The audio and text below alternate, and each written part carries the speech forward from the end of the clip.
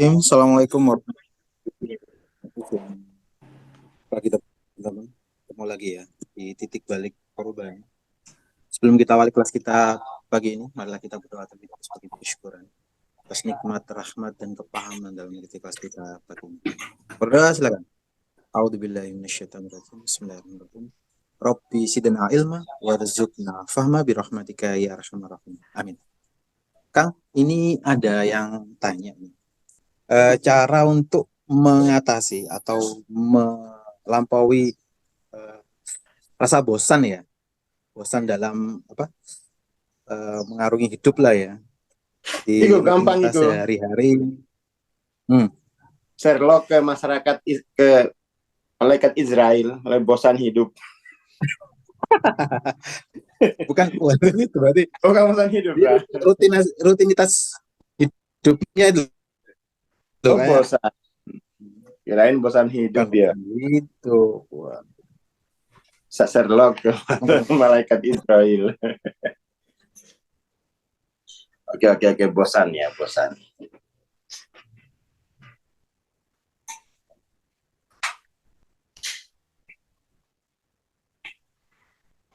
Oke.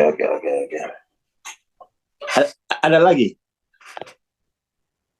Udah. Itu dulu ya. Oke, bismillahirrahmanirrahim. Assalamualaikum warahmatullahi wabarakatuh. Waalaikumsalam. Selamat pagi ya. Sebelum kita mulai, kita jawab dulu ya, uh, apa namanya, pertanyaan tadi. Pikir tadi ya bosan hidup. Kalau bosan hidup, Sherlock dijemput. Kemudian hidup dalam rutinitas gitu ya. Capek menjalani hidup yang sebenarnya kamu hidup gitu loh, tapi kamu nggak bebas mengatur hidupmu. Itu namanya apa kayak gitu? Yang terima SK hidup itu kamu dari Allah, yang nerima SK kamu hidup cemplung di bumi, kamu warisi bumi. Tiba di bumi kamu malah hidupmu diatur-atur oleh pihak lain. Itu namanya apa itu? Kayak gitu. Ya kita itu pekok kayak gitu itu. Wong yang punya SK hidup itu pribadiku kok. Tiba di dunia, pribadimu ini kamu izinkan untuk hidupnya itu dikuasai. Jam hidupnya dikuasai oleh pribadi yang lain. Itu aslinya ya kita yang bodoh. Ya kan? Kita yang bodoh. Kita secara kebudayaan itu terus-menerus mengizinkan pribadi kita ini hidupnya ditentukan oleh pribadi yang lain. Itu namanya selemah-lemahnya pribadi. Wong aktivitas hidupnya,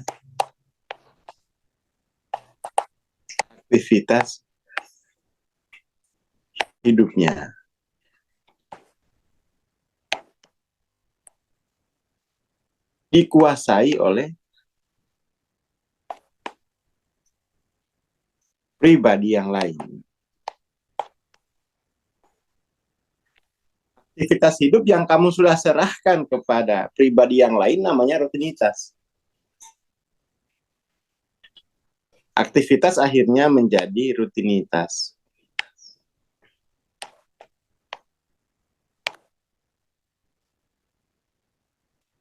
Aktivitas menjadi rutinitas. Nah, mestinya kan agama itu membongkar ini gitu loh. Membongkar penyakit kemanusiaan seperti ini. Mestinya itu komunitas-komunitas spiritual membongkar menumpas penyakit-penyakit dalam kemanusiaan yang seperti ini. Mestinya sekolah itu mengakhiri penderitaan kemanusiaan yang seperti ini. Gitu. Masalahnya mental seperti ini dikembangkan, bahkan diperlombakan kok. Kampus-kampus sekarang itu kan testimoninya apa sih? Alhamdulillah alumni kami bekerja di sini. Nggak ada kok kampus itu alhamdulillah alumni kami telah menemukan rumus mengatasi apa gitu, hidung buntu, rumus mengatasi ini. Nggak ada begitu. Jadi gimana mengatasi hal itu gitu ya. Terus bagaimana mengatasi rutinitas? Nggak bisa gitu. Soalnya itu pilihan. No. Jadi kita nggak usah berupaya untuk mengentaskan persoalan. Nggak usah dipikirin, biar dia pikir sendiri gitu. Itu dia akhirnya punya kebutuhan untuk ilmu spiritual. Jadi nggak usah dijawab. Biar dia punya kebutuhan untuk mastering ilmu spiritual. Kalau enggak, ya hidupnya kayak gitu terus. Gitu aja. Jadi biar mikir, biar pikirannya itu punya alasan historis bahwa saya kok hidupku dikuasai pribadi yang lain. Nggak merdeka. Padahal yang punya SK hidup itu yang lain, itu saya gitu. Gitu ya Mas Yamin. Siapa? Harusnya itu ya. Oh kalau saya ini tak kejar ini apa ini alasannya? Ilmu apa yang bisa membebaskan pribadi saya dari kuasa gelap seperti ini? Kan kuasa gelap ini kan. Wong yang punya SK hidup kamu, tapi yang atur hidupmu pribadi yang lain. Dan itu ya wajar kalau bosan hidup. Ya pilihannya bosan hidup atau nggak bisa hidup. Nah, pilih mana? Pilih mana coba? Bosan hidup atau nggak bisa hidup? Wong kamu kalau nggak kerja ya dikerimbat tiap hari sama istri, ya itu nggak bisa hidup kamu. Jadi jangan persoalkan bosan hidup itu. Bosan aku kerja bang, ya nggak usah kerja lah. Tapi aku nggak bisa hidup, ya mati sajalah. Orang kok susah. Aku nggak mau bang kerja kayak gini. Masa kerjaku hanya apa itu namanya? Hanya ngeluarin jigong juragan saya gitu. Ya kamu bisa hidup nggak kalau tanpa itu? Nggak bisa. Ya udah. Ngapain itu kan sudah ngapain bosan? Wong kamu dari level nggak bisa hidup kok. Awalnya nggak bisa hidup. Lalu kerja bosan hidup. Kan gitu.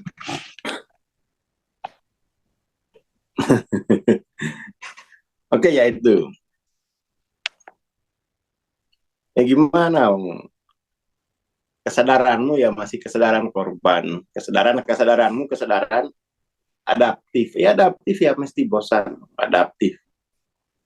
Capek makan singkong terus. Adaptif. Seperti itu. Ya itu contoh ya. Contoh orang survive. Contoh orang adaptif. Nah, kita tinggalkan yang bosan gitu ya. Karena kalau bosan sebelumnya pasti dia nggak bisa. Pasti dia survive. Maka ya solusinya cuma satu. Tinggalin yang membosankan. Tapi bisa hidup nggak? Nah, itu persoalannya. Oke,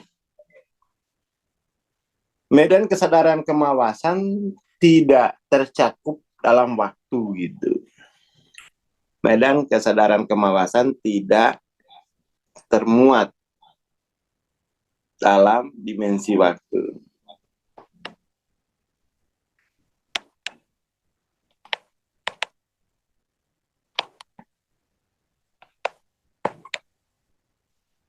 Jadi dia bukan dimensi waktu. Dia tidak masuk di dalam, jadi babnya itu bukan bab tentang kehidupan gitu. Jadi nggak ada waktu. Dia itu medan kesadaran apa? Awareness ini itu dia bab tentang pribadi. Bab tentang pribadi. Dia belum ada, dia bukan bab tentang kehidupan. Makanya disimpan di dimensi 7. Dimensi 34 itu dunia, dimensi 56 itu kehidupan. Di situ ada dimensi waktu. Ada gerak. Kalau pribadi itu enggak ada gerak. Dia sudah abadi di situ. Makanya kalau masih menggunakan istilah waktu abadi maksudnya tidak ada waktu. Waktu itu kan karena ada gerak. Karena ada gerak. Seperti itu. Jadi medan itu sunyi, mandiri, otonom, mudah, damai, menyeluruh, tidak ada program di sana, bebas, tidak terikat, spontan. Pokoknya itu gini, untuk memahami medan kesadaran ini. Kalau Allah wujud, kalau maka pribadi ini sudah wujud. Jadi pribadi ilahiyah itu taklik pada pribadinya gitu. Dia taklik. Ikut manut. Jadi pribadi ilahiyah itu taklik pada sumber pribadinya. Kalau Allah itu nafsianya atau pribadinya bako, maka pribadi transenden ini sudah bako.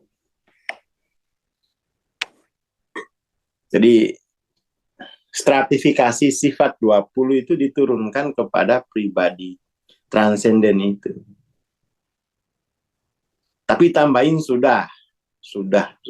Artinya itu mengambil sifat dari sumbernya. Kata sudah itu kan maksudnya gitu. Tersifati sifat sumber. Kalau Allah itu, pokoknya dia ikut sifat sumbernya. Seperti itu.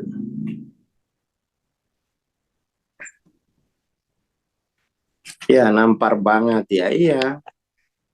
Mana nggak nampar, podo pribadi nih. Sama-sama pribadi dari pribadinya. Giliran di dalam kehidupan, di dalam dimensi waktu, cita-citamu adalah ikut orang aja. Enak, digaji, nggak usah mikir. Dikasih seragam. Dikasih seragam, dikasih uang pensiun. Ya enak sih. Ya tapi kamu menjadi tidak benar-benar hidup. Tidak benar-benar hidup.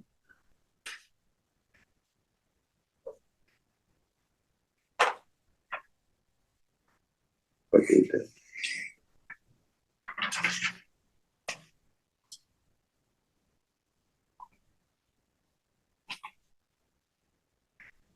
Bentar ya.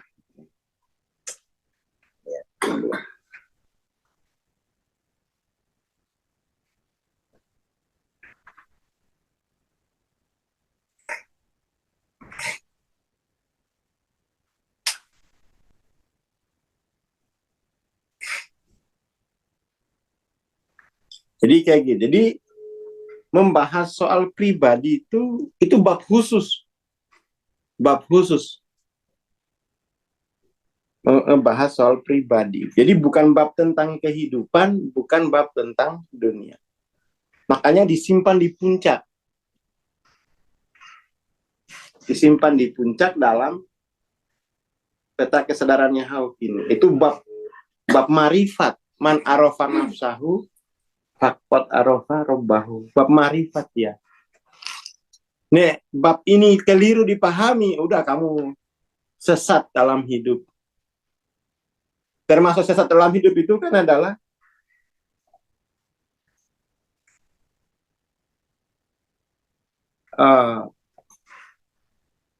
yang kayak pertanyaan Mas Amin tadi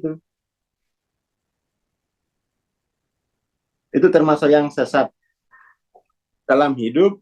Terus dunia itu jadi neraka wel tadi itu, bosan itu neraka wel, kebosanan.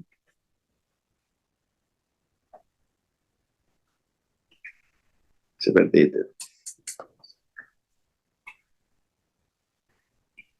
Neraka wel.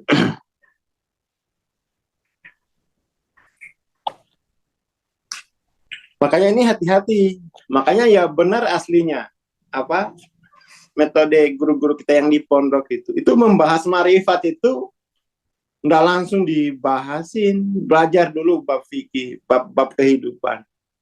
Belajar dulu bab dunia gitu. Nah, Abu Sorafe mah nggak mantap. Belajar bab marifat, akhirnya ngaku Tuhan. Seperti itu. Jadi itu. Jadi medan pribadi, ya, oke. Kita sebut saja medan pribadi. Medan kesadaran pribadi. Dalam kurung wuto. Itu melampaui ruang waktu.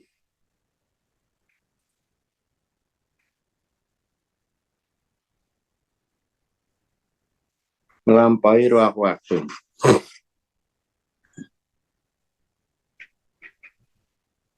Dan itu kamu belajarnya itu nggak bisa sendiri.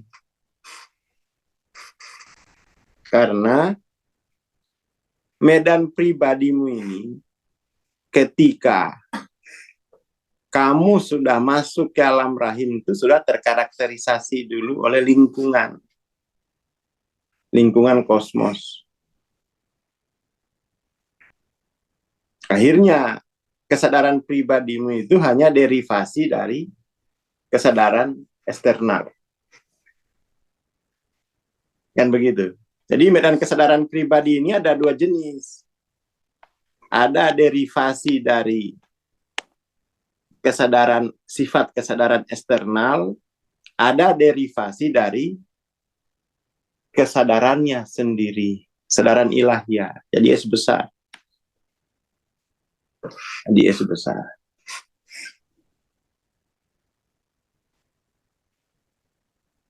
Nah, yang tadi itu bosan jalani hidup, masih di sini ya. Masih di sini.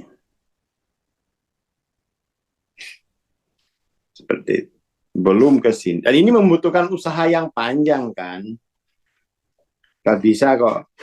Kursus 1 hari itu gak bisa. Ini loh.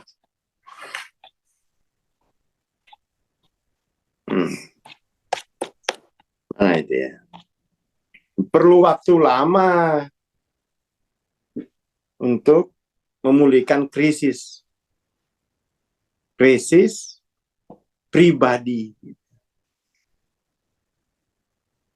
Krisis pribadi. Maksudnya itu pribadinya pada akhirnya itu terkarakterisasi oleh kosmos. Terkarakterisasi oleh unsur-unsur alam. Membawa genetik diabetes, membawa perilaku apa gitu yang lemah,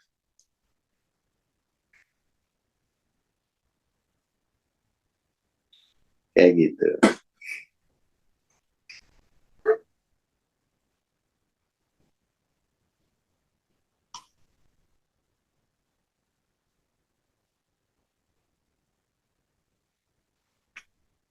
Jadi memang tuh makanya kan gini ya. Makanya itu teori-teori pendidikan itu berasumsinya itu sederhana gitu. Asumsi dasar teori pendidikan kita bahwa kesadaran manusia itu hanya derivasi dari kesadaran lingkungan. Itu aja. Makanya itulah alasan kamu diganti lingkungan dari rumah ke sekolah. Biar kesadaranmu itu berubah, terisi gitu loh. Itu kan konsep tabula rasa itu dari situ. Tapi konsep tabula rasa itu dia tidak menghitung kosmik. Antro aja gitu. Kan John Locke itu kan dari Kebumen yang bikin konsep tabula rasa itu. Dari Jogja, dari Paris. Berarti dari Bantul itu, orang Tritis. Dari Paris. Paris, ya.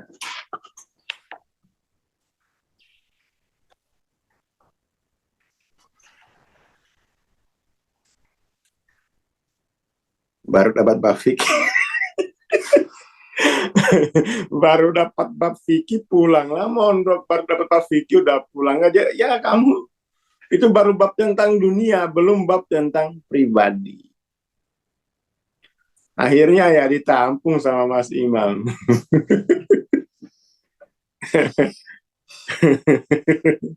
Lah ya, mondok itu ya nggak pulang-pulang. Dilanjutkan ke Mas Imam gitu. Ya kamu jadi Mas Imam harus punya pondok. Pondok man arofa nafsahu fakot arofa robbahu. Jadi dimensi 3-4 ini bab tentang dunia. 5-6 itu bab tentang life, kehidupan. 7 ke atas itu bab tentang nafsah. Man arofa nafsahu fakad arofa robbahu. Yang dicampur-campur. Yang dicampur-campur. Yang dicampur-campur. Kalau ngomongin man arofa nafsahu fakad arofa robbahu, babnya cuma 2. S kecil, S besar. Tuntaskan ini dulu. Bagaimana dengan dunia? Tambah nggak usah dunia-duniaan. Nggak usah punya masa depan di dunia. Yang penting bab tentang nafsahu itu sudah oke kamu. Sudah oke. Ya pesan pelakatnya kalau bisa itu langsung ada inilah. Jadi pesantren jiwa. Nanti kita diundang lah pas pembukaan gitu. Kancane diundang. Terus degane order ke Parudi, nggak usah manjat sendiri. Sampar petir repot, lagi musim hujan ini. Degane pesan sama Parudi. Cucurnya pesan sama Bu Putri. Degan pink, wah. Oke. Kordennya di laundry ke Mbak Un biar wangi. Nggak usah cuci sendiri, ntar tangannya lecet. Kasihan Mbak Sri, suruh nyuci korden untuk pembukaan gitu.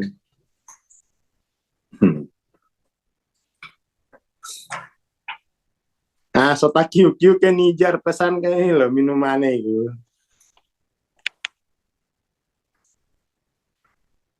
Jadi kan kita memang itu LOC spiritual itu maksudnya LOC pribadi. LOC pribadi. Nanti tujuannya kalau sudah berkesadaran ilahiyah itu, maka pada dirinya itu sudah jelas 2 hal. Jadi Kalau tak ingat-ingat ya, tak ingat-ingat gitu. Kalau aku menempuh jalan spiritual itu, kesadaran apa yang muncul? Ada dua. Kalau di sini, kesadaran Abdullah, kesadaran Khalifatullah. Khalifatullah. Khalifah. Oh.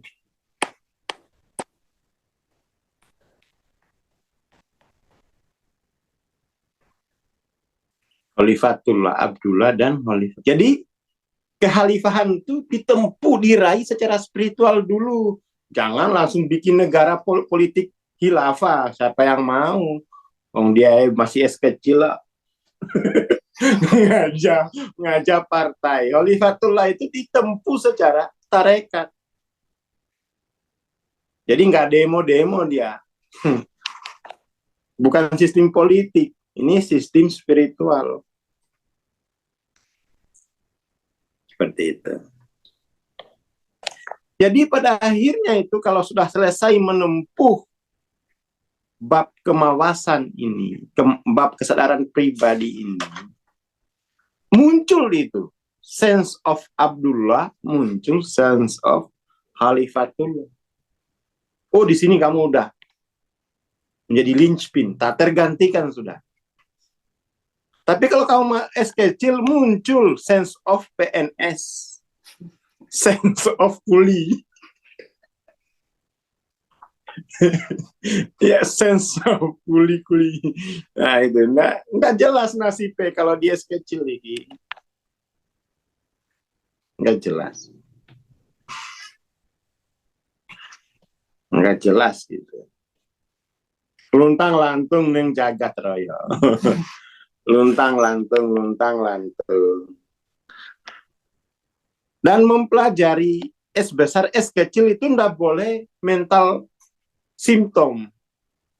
Mentalnya harus mental development gitu loh. Ini itu perkembangan, bukan membahas gejala. Tentu saja dalam perkembangan itu banyak gejala. Itu gejala tadi itu nggak usah dientaskan.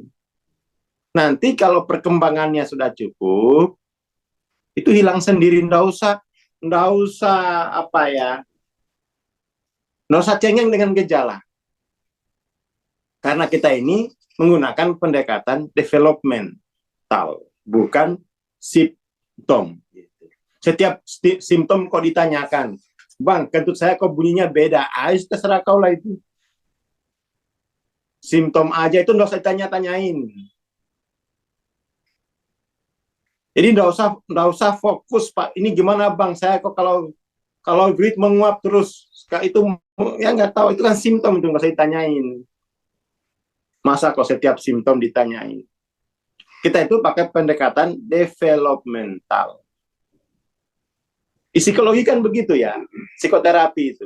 Ada yang basisnya simptom, kayak tapping ini basis simptom ini.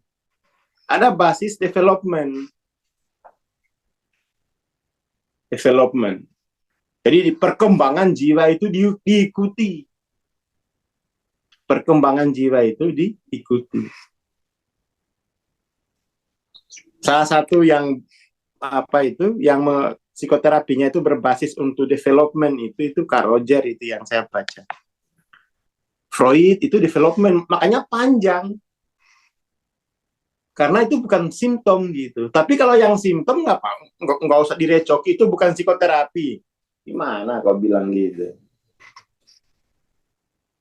Developmental itu terus. Tapi psikoterapi itu developmentalnya ya Anda sampai ilallah. Nah, jadi ukuran sembuhnya itu adalah bukan munculnya sense of Abdullah, bukan munculnya sense of Khalifatullah. Pokoknya munculnya manusia seutuhnya. Itu bedanya transendensi di PCI dengan developmentalnya di psikoterapi. Setelah muncul sense of Abdullah, setelah muncul sense of Khalifatullah, barulah dia masuk jagat. Live maupun world, sini. Kasih bagian kau. Maka lengkaplah syahadatnya. Kalau ini kan la ilaha illallah, kalau ini Muhammad Rasulullah. Komplit. Jadi sebenarnya syahadat itu adalah ideologi kehidupan. Jadi la ilaha illallah itu ideologi tunggal itu. Ideologi pribadi untuk menghadapi kehidupan dan dunia. Itu la ilaha illallah Muhammad Rasulullah itu. Muhammad Rasulullahnya itu yang berat. Karena itu adalah ideologi pribadi ketika berinteraksi dengan kehidupan dan dunia. Kalau la ilaha illallah itu kan ideologi pribadi ketika berinteraksi dengan pribadinya. Ya karena bud. Itu macam-macam sama la ilaha illallah Muhammad Rasulullah. Itu adalah basic ideologi. Seluruh ideologi tentang pribadi dengan pribadinya la ilaha illallah Muhammad Rasulullah itu ideologi pribadi dengan kehidupan dan dunia. Tuntas. Tas. Masalahnya yang punya sanad belum tuh ini justru ideologinya nggak jelas. Kita orang tarekat itu kan menjadi sorotan pertama. Zikirnya apalagi zikir jahar. Ilu, tembus kampung sebelah. Kuburan bangun. Kuburan bisa bangun gitu ya. Tapi ideologinya baru ritus. Belum sampai kepada tataran ideologi gitu loh. Ideologi. Karena ini kacau pemetaan, kacau kategori. Semuanya kategori baik buruk, la ilaha illallah. Semuanya kategori normatif. Semuanya kalau di kita itu kan kategorinya itu cuma dua yang kalau bukan kategori normatif ya kategori moral. Apa? Wulangan kata Sri Mataram itu dalam bahasa Jawa itu wulangan apa ya? Awon sae gitu ya. Kita hanya diajarin ilmu yang ya ilmu bayi.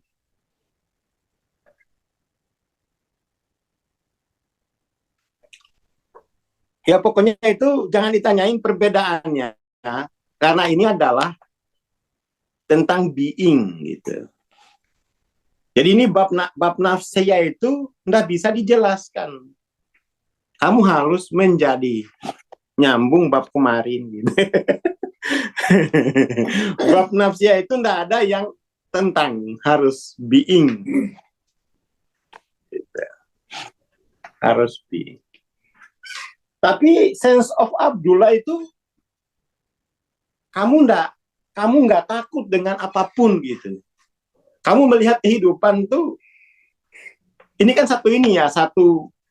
dua gelar ini, dua rasa ini, nggak usah gelar lah, dua rasa ini itu kalau sudah S besar tuh rasa dua ini harus mulai hidup. Harus mulai hidup. Tapi rasa Khalifah itu kan dia setelah Abdullah kan. Bagaimana memandang pribadinya, apa hubungan pribadiku dengan pribadinya. Kan gitu. Itu bab tentang kemauan. Jadi ada rasa bahwa secara umum tuh ada 3 kategori kan ini ya. Dia menjawab 3 ini Mas Amin. Mas Mahfud. Dua rasa ini, rasa Abdullah dan rasa Khalifatullah itu menjawab seluruh pertanyaan paling mendasar tentang dirimu. Apa sih pertanyaan paling mendasar pada setiap diri? Bukan kapan nikah. Jangan tanyain begitu lagi darah tinggi ini. Pertanyaan mendasar tentang pribadi itu cuma 3.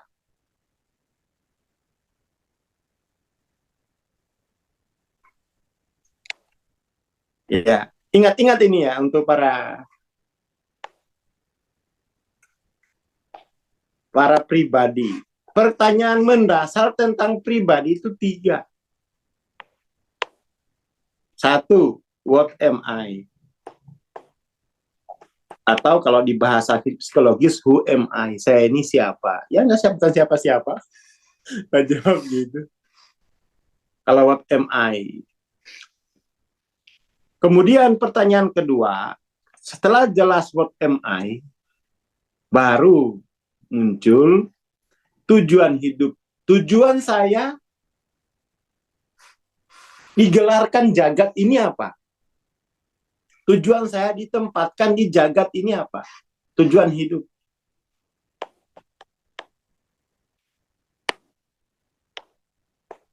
Tujuannya yang menjadi khalifah.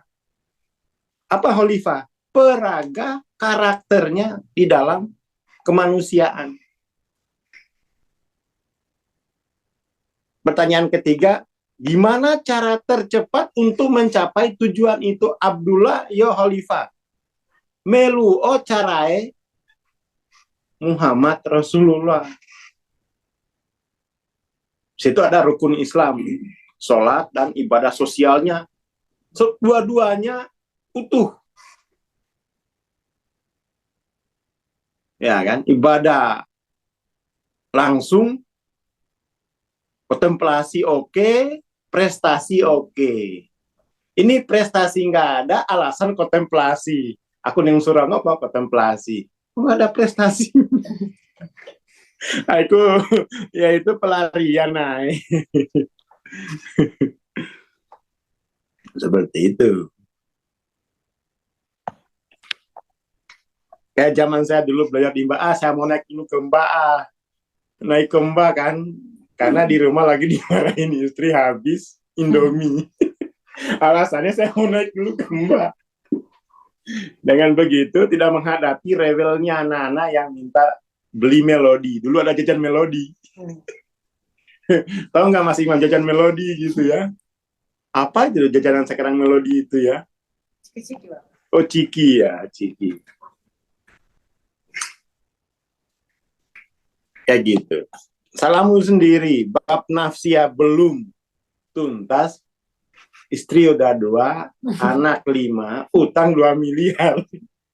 Ya salamu dewe baru bilang, saya bosan hidup Mas Jamim. Nah gimana kok? Pertanyaan paling mendasar tentang pribadi, nggak usah kamu kuliah macam-macam. Jawab saja pertanyaan ini. Ini kuliah. Jadi bagaimana tujuan itu terrealisasi sempurna? Bagaimana realisasi dari 1 dan 2? Itu sudah diperagakan dengan cantik. Bagaimana realisasinya? Bagaimana mencapainya? Mencapai aduh habis pennya ini. Bagaimana mencapai tujuan?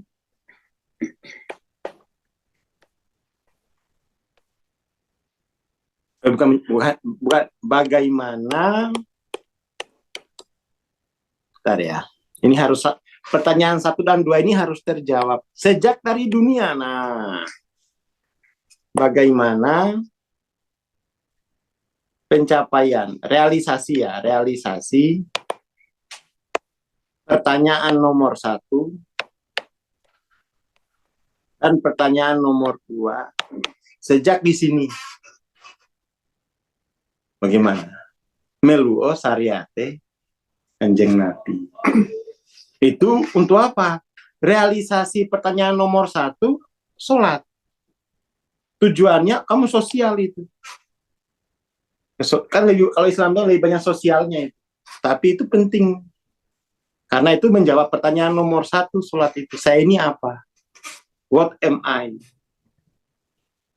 Jadi biar rasa Abdullah itu enggak setahun sekali munculnya.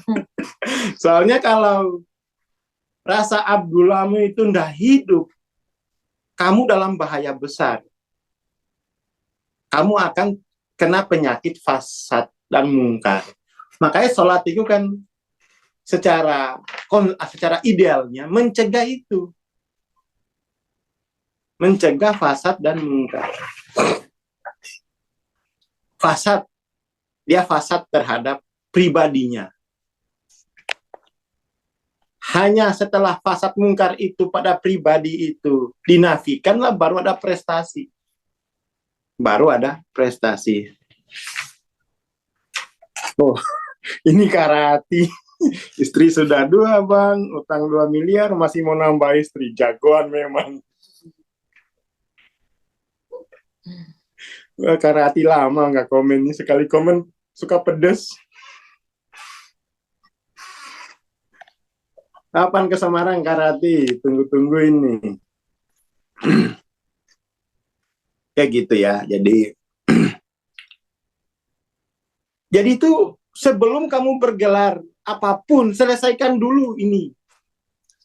Selesaikan dulu bab pertanyaan pribadi, entah dia itu sekolah apa enggak. Jadi 3 pertanyaan pribadi, dan itu abadi pertanyaan tadi. Kalau itu enggak bisa kamu jawab, hidupmu dalam bahaya. Meskipun kamu suruh dia sekolah, bahaya. Ini 3 pertanyaan abadi ini jangan kamu lewatkan, karena ini adalah inti agama. Lo dikasih ideologi sama Nabi kok malah nggak dipelajari.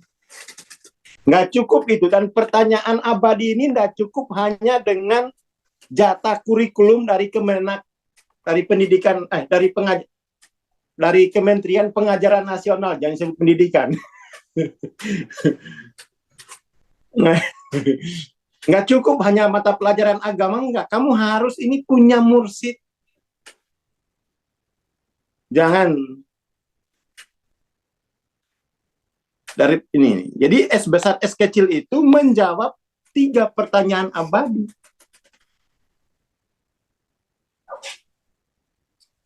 Seperti itu. Kalau pertanyaan ini terjawab dulu, tidak akan ada istilah integrasi ilmu. Kenapa? Jelas kok. Jelas dia. Teknologi itu nomor 3 itu dia situ. Dalam hal kecepatan. Dan dalam hal kuantitas. Pertanyaannya kan pakai kaifa ini kan. Kaifa ma. Itu kan menjawab permintaan aja. Itu ilmu-ilmu adaptif. Jadi sebenarnya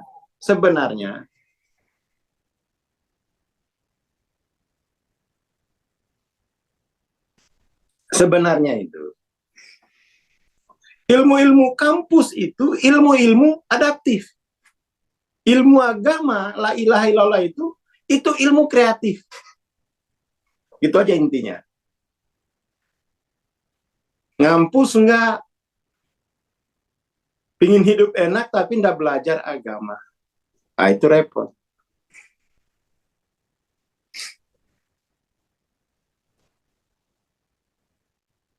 Seperti itu.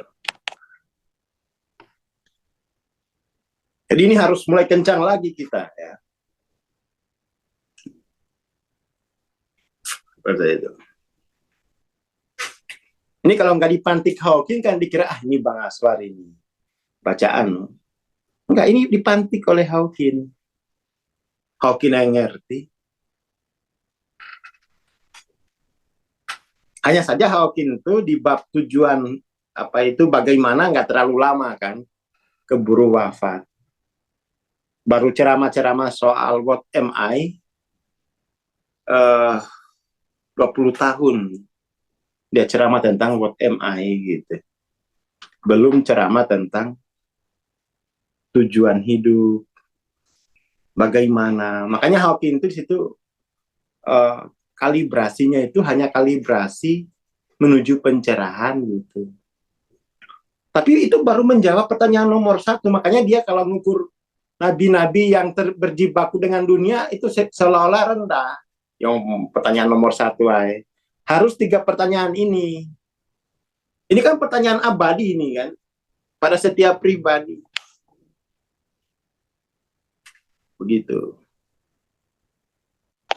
Lah kadang-kadang itu untuk ilmu-ilmu adaptif rela jual sawah. Untuk ilmu kreatif loh, la ilaha illallah Muhammad. Pertanyaan abadi 3 ini 5,5 juta. Apa Bang Aswar itu diapain ya uangnya itu? Kok mahalnya kata. Nah, nggak jelas. Nggak jelas. Seperti itu. Nah, kadang-kadang itu dalam transendensi itu ya disikat gitu ya. Maksudnya disikat itu semuanya. Orang cerita masalah dunianya. Nah, tapi dari situ kita lihat perkembangan nafsianya. Dari cerita masalah. Nggak bisa kok orang LOC masih di bawah 700 diceritakan bab nafsiat 700. Nggak mudeng. Wong pikirannya isinya gimana ini habis ini istri nggak marah. Kita ceritain bab marifatullah yang nggak mudeng. Akhirnya pas diukur LOC yang nggak naik. Wong jiwanya butuhnya belum ilmu nafsiyah. Masih ilmu bagaimana cara mudah minjam duit biar nggak putus silaturahmi. Seperti itu. Jadi dia harus developmental lah. Kalau tahapnya masih terikat di dunia, jelaskan ikatan-ikatan dunia, jangan jelasin yang di atas. Itu enggak, frekuensinya nggak nyambung gitu. Frekuensi nggak nyambung. Itulah yang saya pelajari dari pengalaman saya pertama ya. Jadi pengalaman ngajar TEP 1. Karena sejak dari TEP geser ke MTLOC itu ada historisnya. Ngajar lama nggak naik-naik. Kenapa? Saya cerita di atas. Yang belajar ya ceritanya masih dia kecil. Akhirnya nggak naik-naik. Sudah 8 batch. Tak tutup, pindahin MTLOC. Capek sih memang. Tapi ya lumayan. Jadi kalau mau naik LOC itu jangan cerita tentang filosofis. Tapi jangan filosofis ilmu. Tapi selami pengalamannya dia. Pengalaman nafsianya itu apa? Apa ceritamu? Ya kan? Kayak kemarin kita di kantor, wah udah hati-hati. Wah ini kalau ditusuk jarum nih dia nanti sakit. Setelah ditusuk easy. Mudah ternyata. Kita malah minta nambah lagi katanya tusuk jarum.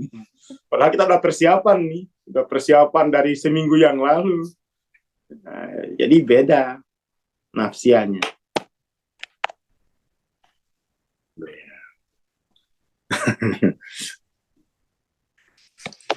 Jadi itu ya. Jadi pokoknya jangan sampai itu gini loh. Jangan sampai untuk bab-bab adaptif kamu ndak menyesal, kamu jangan menyesal lah. Kamu rela menempuh pendidikan 12 tahun. Dari SD 6 tahun, SMP 3 tahun, SMA 3 tahun, tambah kuliah 4 tahun, tambah S2 berapa tahun ya? 2 tahun, S3 3 tahun. 20 tahun sendiri. 21 tahun itu ilmu adaptif. Untuk menjawab pertanyaan soal. Pertanyaan pribadimu aja ini loh, belum kamu jawab, sudah menjawab pertanyaan soal matematika. Segala macam soal kamu jawab. Dengan baik, perikat summa cum laude. Pertanyaan pribadimu hanya kamu jawab dengan air mata. Sambil, Tuhan, apa pula maksudmu ini Tuhan? Apa maksudmu? Apa maksudmu? Jadi itu ya, jadi pagi ini itu dulu lah ya. Jadi ada pertanyaan pribadi. What am I? Tujuan saya ini apa? Tujuan itu sudah dihubung. Jadi kalau nggak terjawab nomor 1, kamu jangan bertanya tujuan. Nomor 1, tuntasin dulu. Itulah yang saya diskat sama Mbak. Masih mau menjawab pertanyaan nomor 1 belum jawab, ditanya masa depanku gimana Mbak. Dirinya aja belum jelas kok, sudah nanya bagaimana masa depan saya. Enggak, tertib. Selesaikan dulu nomor 1. Habis itu nanti tahu nomor 2. atau nomor 3? Pertanyaan nomor 1 belum selesai, sudah mau pergi lagi. Dan ini penting ya, bagi orang tua, anaknya itu harus dikasih peluang untuk menjawab pertanyaan pribadinya. Pertanyaan ini berlanjut sampai di alam kubur nih. Jadi pertanyaan di alam kubur itu dijawabnya di dunia gitu. Kalau pertanyaan matematis itu hanya ujian. Tapi kalau ini setiap hari nih, kamu menjawab soal-soal kehidupan dengan 3 pertanyaan pribadi ini. Orang tua wajib ini menyekolahkan anaknya untuk bisa menjawab pertanyaan pribadi. Seperti itu. Apalagi ini udah mau tahun baru kan. Biaya healing-healing banyak. Giliran pertanyaan pribadi nggak dijawab. Gimana coba? Oke lah, itu dulu. Ya, ini baru sampai sini nih. Ya, lumayan dipantik oleh Hawking kan. Medan kesadaran pribadi atau medan kemawasan.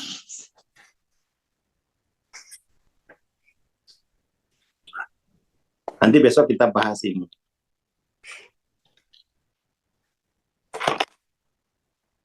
Oke, itu dulu. Terima kasih. Selamat pagi. Assalamualaikum warahmatullahi wabarakatuh. Waalaikumsalam warahmatullahi wabarakatuh. Terima kasih Bang Aswar. Terima kasih teman-teman. Insya Allah kita ketemu minggu ya. Nah, besok Kamis waktunya Kamisan. Terima kasih. Assalamualaikum warahmatullahi wabarakatuh. Selamat pagi dan selamat beraktivitas.